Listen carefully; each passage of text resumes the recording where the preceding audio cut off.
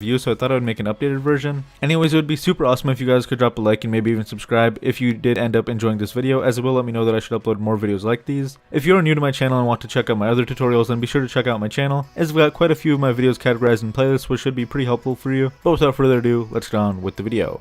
So the first thing that you're going to want to do is go to Google or whatever search engine you actually use, whether it's Yahoo, Google, Bing, or whatever, and from there all you want to do is type in OBS.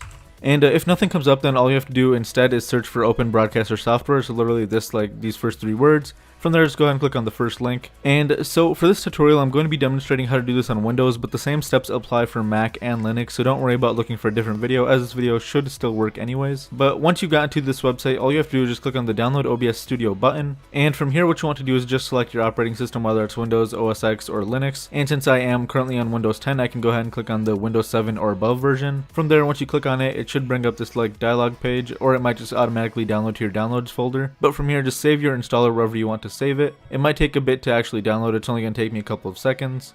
And so once your download actually does finish up, all you have to do is just close out of your web browser because you don't need that anymore. And then from there, just double click on the installer.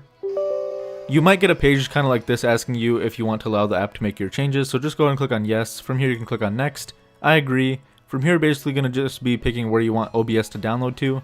I'm fine with it where the default location is, so just click on next. From here, make sure both of these are checked, click on install, and from there you should be good to go with installation and just let it finish up by itself. And so once you're actually done with this, just go ahead and make sure this little box is checked, click on finish, go ahead and click on OK, and from here you're going to actually see OBS pop up on your screen. And so now you actually have some new like little interface here, but before you actually like start messing around with this, I just want to say it's okay if you want to actually uninstall or basically recycle the installer file. What you do want to keep is this file that does show up on your desktop, and if you don't want it on your desktop, that's fine. You can also delete that, and you can just look for it whenever you type in OBS down here, and as you can see, it's right here. But now that I've covered all that stuff, we're actually going to start with the bread and butter of the program. So once you actually do get onto the program, you're going to see a black screen, and this is basically where your actual desktop screen would show up if you were actually recording something. So to record something, make sure you actually have a scene. So what you want to do is just click on the plus button right here, add a scene, and if you already have a scene, then you don't have to do anything about that. So I already did have a scene, so I'm just gonna quickly delete the scene 1 by clicking the minus button and then clicking on yes. To actually add a source to record your actual desktop, what you want to do is right click in the blank space and then click on add, and from here what you do want to click on is going to be display capture. And from here, once you actually click on display capture, you can name it whatever you want, so I can just go ahead and name it monitor. From here, just go ahead and click on OK, and as you can see, now you have my monitor and it's kind of showing up in like a train of things. But from here you can actually pick what monitor you want to be recording, whether that's your second monitor or your first monitor, depending on how many monitors you have. You can also pick if you want to capture your cursor or not, and from here all you have to do is just click on OK. And as you can see, now we're officially recording my screen, so if I make it bigger, it's kind of like a weird Inception type of thing. You can also resize your screen if you want to, but let's just ignore that and keep it where it is. From here, we're actually going to go into the settings. So what you want to do to actually go to the settings is just click on the little settings button right here, and from here you're going to see a bunch of things. Don't get frightened by it, it's actually really simple. From here you can basically pick your language. If you speak a different language, go ahead and select that. From here you can also pick your theme if you do want to, so I like dark, so I'm just going to click that and click apply. I feel like it looks cooler and doesn't really hurt my eyes as much. And since this video is going to be about recording, we're not going to cover the stream aspect of it. This program does allow you to stream to YouTube and Twitch, amongst other sites as well.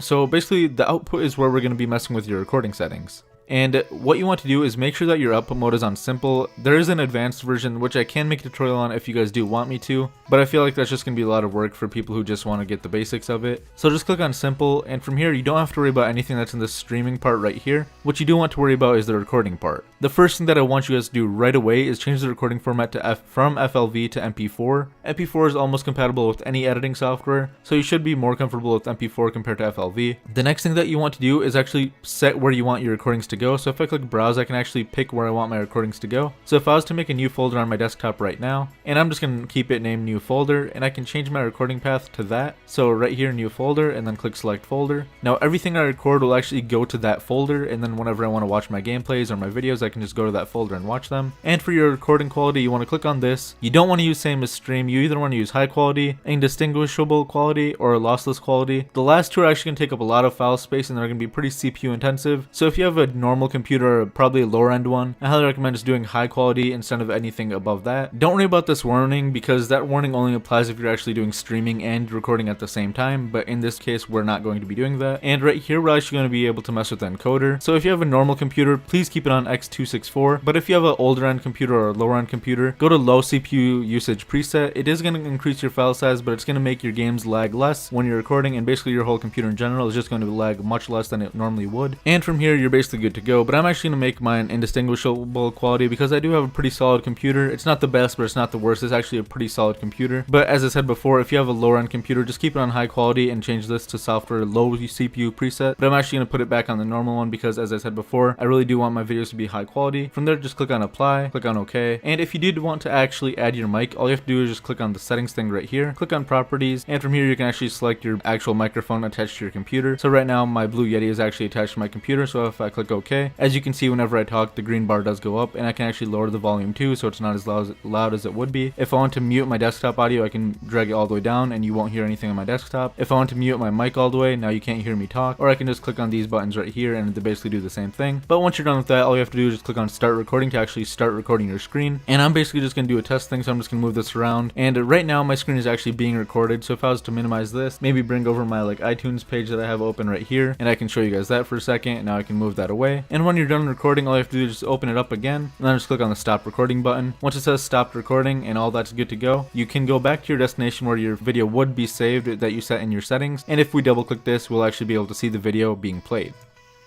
As you can see, I'm just dragging it along in the timeline, and it's actually doing what I just showed you guys I was doing. And there's also a glitch that sometimes happens when it's just going to be a black screen when you're recording a gameplay or something. So to fix that, instead of doing a game capture, what you want to do is do a display capture. Almost 9 times out of 10, just go ahead and do the display capture. It's going to be better than the game capture by far. So that's really it for the video, guys. I hope you guys enjoyed it. Be sure to hit that like button. Be sure to share this video with your friends, and go ahead and hit that subscribe button if you haven't already.